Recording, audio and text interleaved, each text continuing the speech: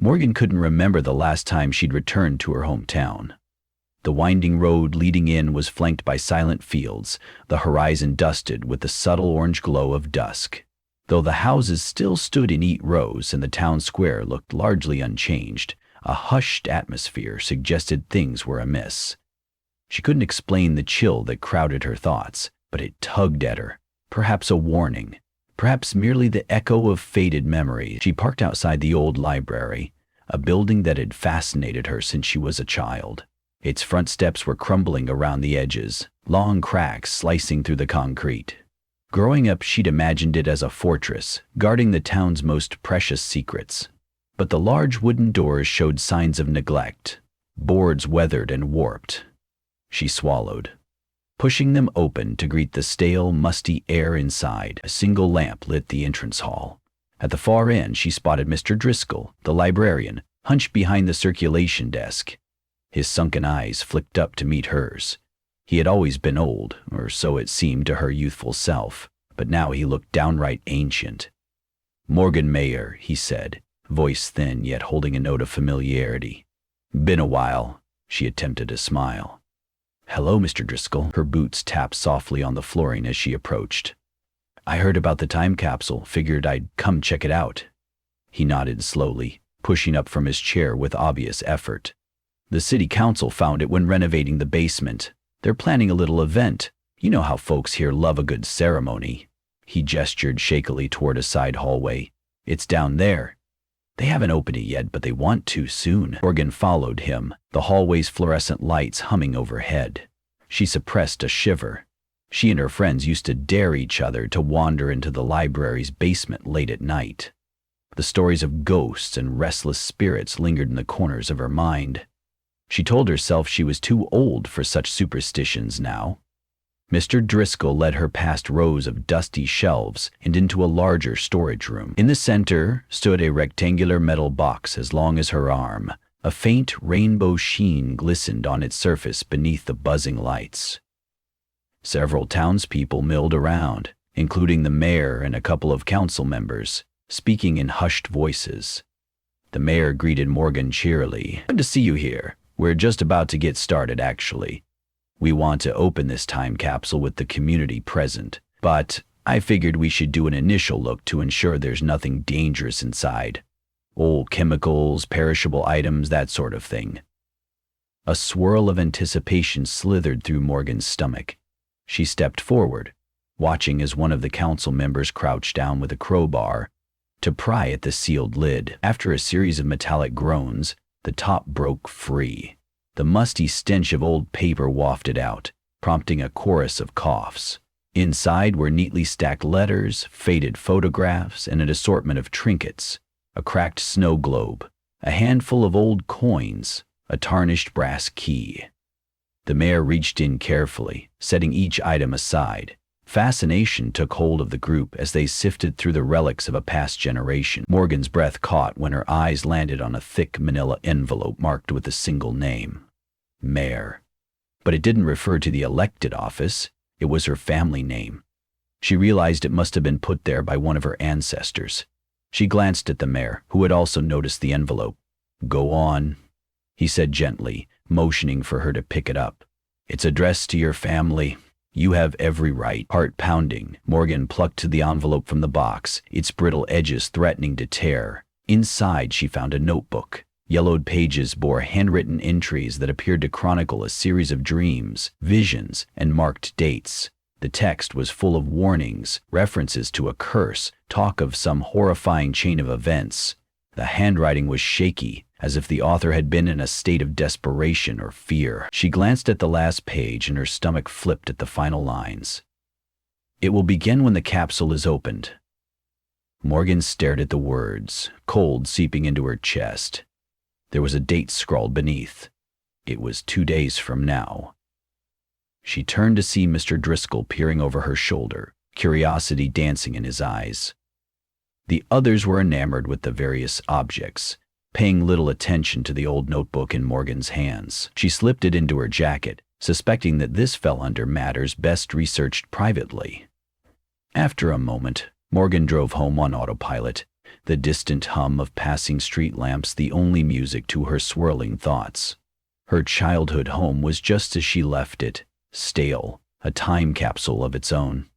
After her parents had passed, she had never found the courage to sell it. Now it greeted her with silent walls and dust-laced memories. She settled into the living room and retrieved the weathered notebook. The entries were dated from over 50 years ago, written by her great-grandmother, Abigail Mayer. Morgan recalled hearing that Abigail had been something of a recluse, living with a sense of constant dread. People whispered that she claimed visions of the future haunted her. With each page turned, Morgan felt as if she was stepping further from reality and into the labyrinth of Abigail's mind. March 15th. The dream came again last night. The well is empty, but I see a reflection in the water. It is me, but I am older. No, perhaps not me at all. The reflection smiles at me. I fear it is not a friendly smile.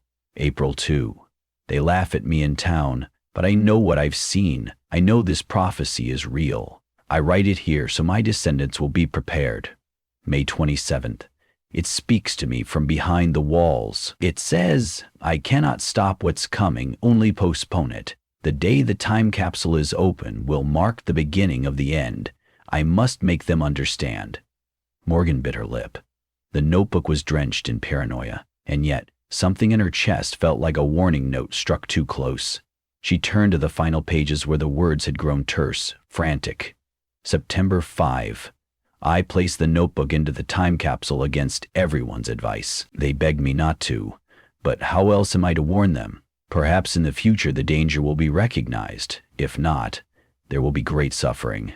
I can only pray someone will ensure the well remains sealed. That's the key. Seal the well. Without that, the reflection will cross. Morgan propped her elbows on her knees and rubbed her temples.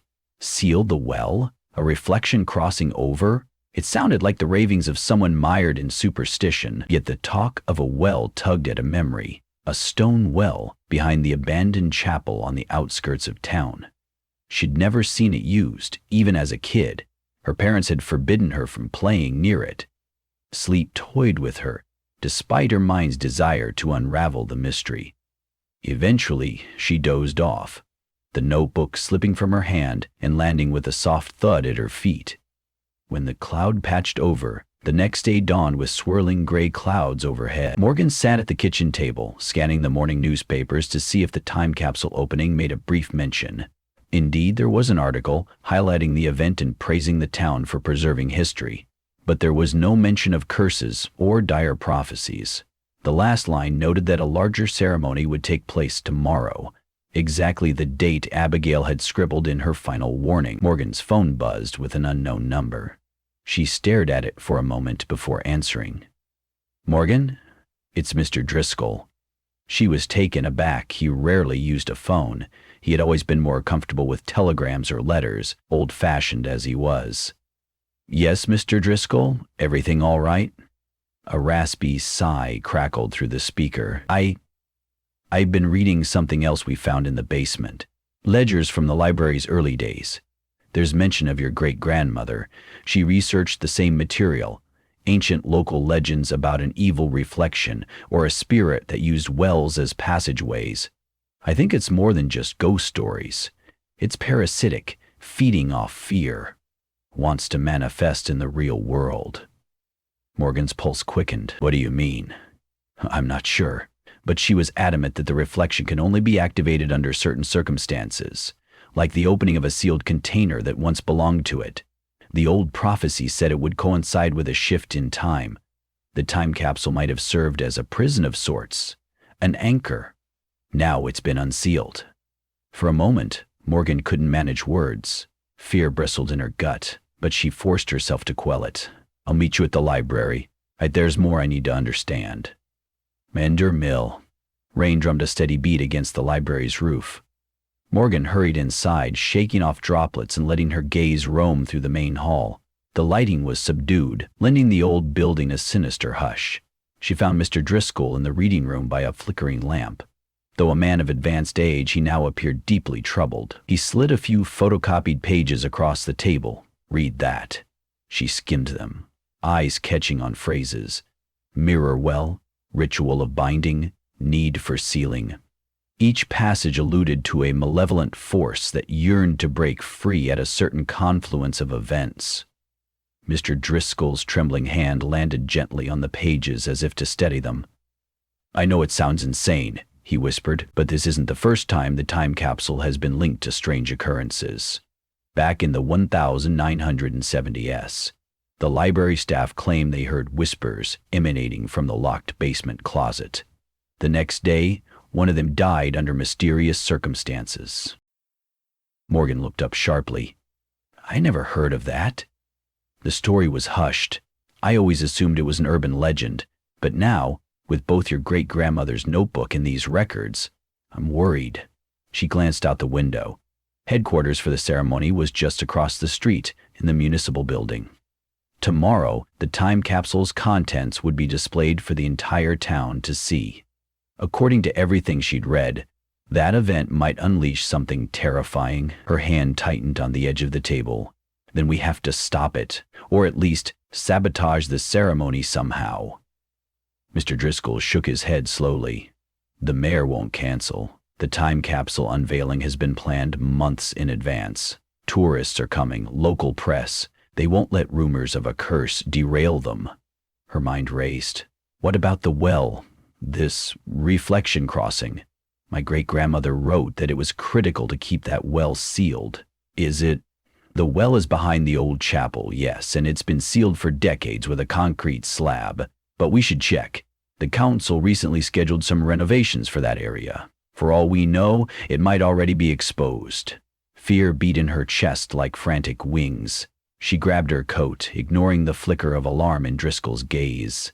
Morgan parked on the muddy roadside, stepping out into the cool, damp air. The tree's branches seemed to grab at her coat as she passed, pulling her deeper into the gloom. Ahead, the chapel's door gaped open like a silent mouth.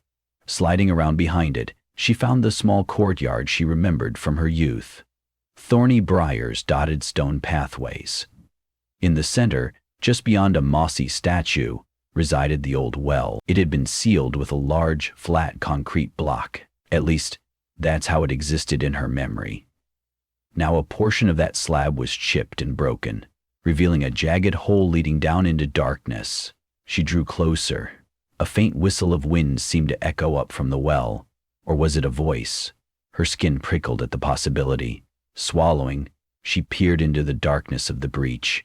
Without warning, an overwhelming dizziness seized her, and she stumbled backward, heart pounding. As she sucked in air to stave off panic, she heard a soft, distant chuckle drifting up from the well. She froze, straining to listen. The laugh was barely more than a whisper, like someone mocking her, and yet there was something almost familiar about it. She spun around, scanning her surroundings, but only the hollow chapel walls loomed behind. No one was there. Regaining enough composure to think, she decided she had to block the opening. She searched the nearby yard for something large enough. A rusted metal barrel lay half hidden behind a rotted fence. She rolled it over, wincing at the noise that echoed through the yard. With great effort, she managed to wedge the barrel over the hole. Not a perfect solution, but it would serve as a temporary patch. Lingering a moment, she pried an old wooden plank from the fence and placed it across the barrel to keep it from tipping. Then, feeling eyes on the back of her neck, she forced herself to retreat. She had done what she could for now, but a gnawing sense told her it might not be enough. At home that evening, Morgan pored over the notebook again. A single line of Abigail's script leapt out at her. The reflection feeds on fear, doubt, and conflict. The more people panic, the stronger it becomes. Morgan felt her heart twisting. The unveiling ceremony would be a perfect breeding ground for such collective emotions. Curiosity, excitement, anxiety. She worried the cracks in the well's seal might allow whatever lurked beneath to gather strength. She called Mr. Driscoll, updating him. He agreed to try contacting the city council again, though he doubted they'd listen. He suggested they at least stand by with a plan in place, in case something went wrong. Morgan hung up, her mind flitting from possibility to possibility. When night settled in, she paced the corridors of her childhood home. The boards creaked underfoot, Shadows pressed against the windows. At times, a sudden hush would fall, as if the house was holding its breath. More than once she thought she saw movement near the edges of her vision, a flicker of a shape that vanished when she turned. Despite her attempts at rationalization, dread pooled in her core. Finally, exhaustion wore her down, and she curled up on the couch in the living room. The lights were left on, a tiny comfort to keep the darkness at bay. Sleep came in fits, haunted by nightmares of the well's dark interior. In the dream, a distorted reflection of herself emerged from that blackness, smiling with a malevolence that wasn't her own. It spoke without words, sending fear rippling through her restless mind. She jolted awake at dawn, covered in a cold sweat that turned her breaths ragged. She needed to be prepared. Today was the day of the ceremony. Leith morning found Morgan and Mr. Driscoll standing in the park across from the municipal building. A modest crowd had already gathered, eager to see the time capsule's artifacts. A small platform had been erected, complete with a microphone. The metal box sat on a table under a protective cloth, soon to be unveiled to the public. The mayor moved about, greeting reporters and local officials. Morgan's chest constricted. The warnings repeated in her thoughts like a mantra she couldn't silence. The day the time capsule is opened will mark the beginning of the end. The untangible sense that something terrible was imminent weighed heavily on her. She caught sight of the new, young pastor from the old chapel area, talking to a group of local ladies. She approached him. "Father James, has anyone done work around the chapel recently? I saw the well's seal was broken." He looked at her, blinking in confusion. "Yes, there was some talk of restoring that courtyard, but I don't believe any official work started yet. The break could have come from natural shifts in the ground, or maybe a storm." Morgan's unease grew. Natural or not, it felt timed too perfectly. From the stage, the mayor tapped the microphone. The speakers squealed, prompting everyone to hush and direct their attention forward. "Welcome, everyone. We're delighted at this turnout. Today we open a window to the past, a chance to see items from decades ago that speak to who we were as a community. So without further ado, I present to you the contents of our town's time capsule." The cloth was removed, revealing the metal box. She heard faint gasps of excitement among the townspeople, the flash of cameras capturing the moment. The mayor brandished the various trinkets, the coins, the stained photographs. Morgan's mind darted to Abigail's words, an evil presence using the event to make itself stronger. She scanned the crowd. People were smiling, but there was an undercurrent of whispered speculation. Some had heard faint talk of ominous entries discovered in the time capsule, rumors swirling about a curse. Fear was building, though no one openly admitted it. A breeze kicked up, slicing through the assembly with a sudden chill. Overhead, clouds began to gather, darkening the sky. The mayor waved a photograph cheerfully, but the microphone crackled as thunder rumbled in the distance. Then came the first drop of rain. In a matter of seconds, the drizzle turned into a torrent. Guests scrambled for cover under the nearby gazebo. The mayor tried to continue, raising his voice above the weather. The metal box gleamed under the rain's onslaught. Morgan's heart hammered. There was a strange electricity in the air, as if the storm was feeding on something intangible. Suddenly, the lights in the municipal courtyard flickered. The mayor frowned, uncertain. Then everyone gasped. They glimpsed something moving behind him on the platform steps. A shadow, humanoid in shape but slightly off, as though carved from darkness itself. Morgan's blood ran cold. It was there one instant, gone the next, leaving no trace behind except a collective hush. Mr. Driscoll stepped closer to her, voice trembling. "It's begun." Murmurs rippled through the spectators, panic stirring their voices. Morgan recalled the prophecy's vile promise. The reflection feeds on fear. Her gaze darted in every direction, half expecting the silhouette to reappear. When it failed to do so, the crowd's brief hush shifted into agitated chatter. No one dared dismiss what they thought they saw. The mayor cleared his throat, forcing a tight smile. "Just a trick of the lightning, folks. Let's remain calm. We'll take the artifacts inside the municipal hall to continue the event out of the rain." As staff moved the time capsule indoors, Morgan felt a compulsion to act. She grabbed Mr. Driscoll's arm. We have to go to the well. I patched it, but the storm might blow it open. The fear from all these people is only going to feed whatever that was." He nodded, face grim, and they rushed to her car. The downpour battered the windshield as they sped through the winding roads toward the chapel. Lightning tore the sky, unveiling glimpses of drooping trees dripping with rain. The old structure came into view through the gloom. They parked, hastily removing flashlights from the trunk. Splashes of water soaked their shoes as they trudged around back. The courtyard looked eerily vacant. A flash of lightning illuminated the well. The makeshift barrel cover was overturned, the plank lying in shards. The wind howled through the broken chapel windows. Morgan crept toward the well, shining the flashlight into the gaping black hole. Her breath snagged in her throat. Something moved just beneath the surface, a faint shimmer. She felt a pull, like the well was beckoning her closer. A memory of her nightmare flickered in her mind, a twisted version of her own face emerging from the darkness. Feeling a wave of dread, she trembled and called over to Driscoll. "Help me find something, anything to seal this properly." He looked around desperately.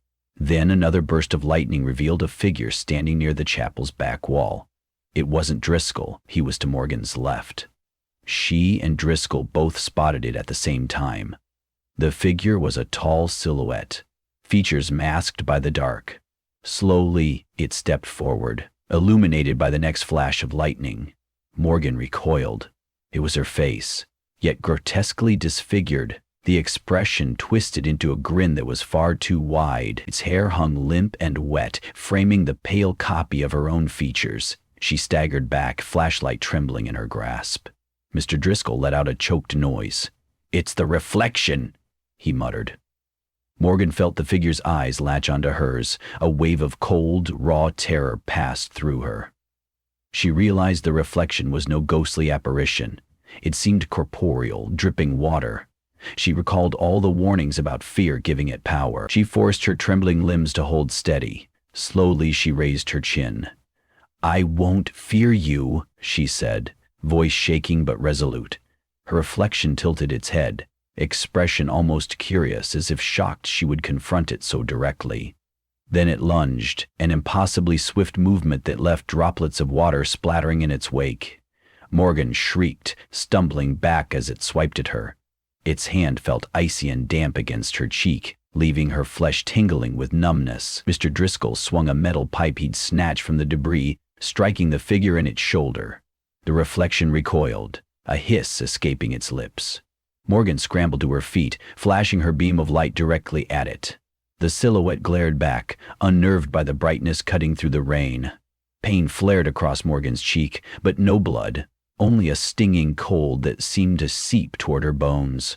She understood then that the reflection's power hinged on fear. Every second her heart hammered in panic. It grew a fraction stronger. She tried to steady her breathing, telling herself it was just a manifestation, a parasite of dread. If she could starve it, maybe it would weaken. Summoning all her resolve, she faced it head-on, letting the flashlight glare pierce its eyes. "I'm not afraid of you," she shouted, her words warred with the uncertain tension in her chest. The reflection shrank back an inch. The stone well behind it shimmered, a black mirror of water swirling within. Rain battered the courtyard and thunder roared, providing a savage soundtrack. Morgan advanced a step, emboldened by the reflection's recoil, though her mind still quaked.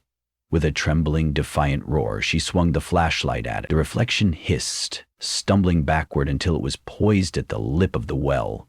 Driscoll pressed forward as well, brandishing the pipe. They corralled the figure until it teetered. One more flash of lightning, and the reflection slipped, toppled over the rim, and disappeared into the depths below. The sound of water splashing followed, and for a moment, silence. Then a deep crack resounded, as though the storm itself responded. Lightning struck the chapel roof, sending bits of stone cascading.